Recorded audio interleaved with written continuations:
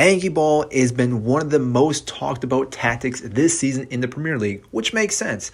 Tottenham, top of the table, also creating the most chances. But this match against Chelsea will be a big match for both London clubs. Now, granted, Tottenham are the better side currently right now, but this is a match that Chelsea can easily win. And I understand Chelsea are not doing very well this season, but in today's video, we are going to talk about the tactics, how Tottenham play, how Chelsea play, and the ways that Chelsea can break down Tottenham and actually win this game.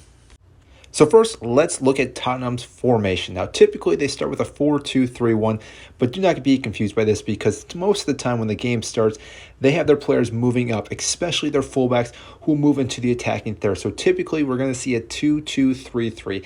Now, this is going to be an area that Chelsea really need to focus on because when the ball is played here, typically these two players will move the ball back and forth while Basuma and Sarr can move out. Maddison can drop back down, and therefore, again, the ball can be played to Maddison, who can play long balls over the top to Richarlison or Kulusevski, and on top of that can also then carry the ball forward if he needs to.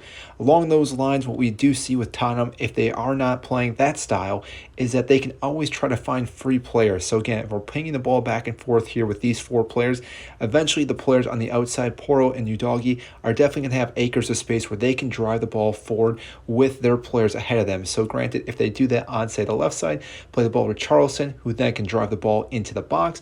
Udogie can overlap and play the ball into the box for Son.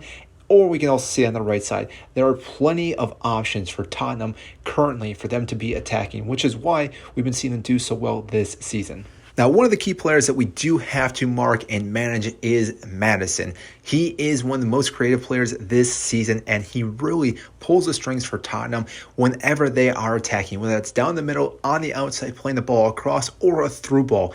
He has multiple options to find Son, Richarlison, and Kulusevski out on the wings, and therefore, again, if we're able to stop him like Chelsea did against Arsenal with Odegaard, this is going to be a huge stop for Tottenham because really, if they cannot facilitate the ball to Maddison, who can create chances, they are not going to be able to find all these opportunities for them to score goals.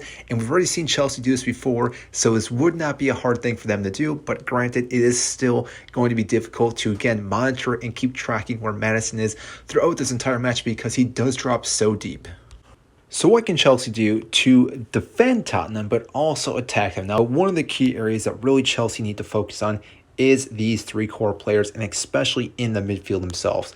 This entire box, if Chelsea can control that area, they will control this game because, as we know, Tottenham love to play very narrow inside the boxes here. So again, if we're drawing a line here and here, this is the key area that Tottenham love to play the ball. Granted, they do play ball every now and then out to the outside, but typically they are trying to go down the middle.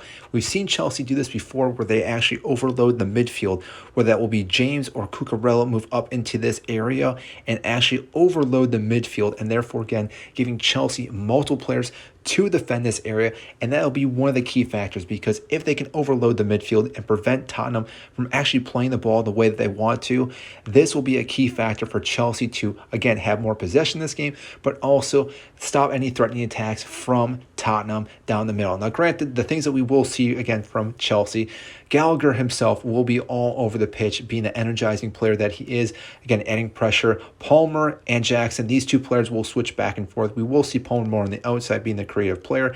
Jackson will play up. Sterling will also play up. So again, we're going to see almost the identical thing that we're going to see with Tottenham. So again, as we move up, we're going to try to press them into their own half in this area right here. But again, what can happen is the counterattack, which again, we know that Tottenham is also good with Son, Richarlison, and Kulusevski. So that's going to be a key area that we're going to have to focus on. Now, granted, there are a few players that maybe will not start this game from what we're seeing here. One of the key players being Thiago Silva. With his age, it might be difficult. We may see Battlefield start this game, but Colwell and Reece James will definitely be starting this match.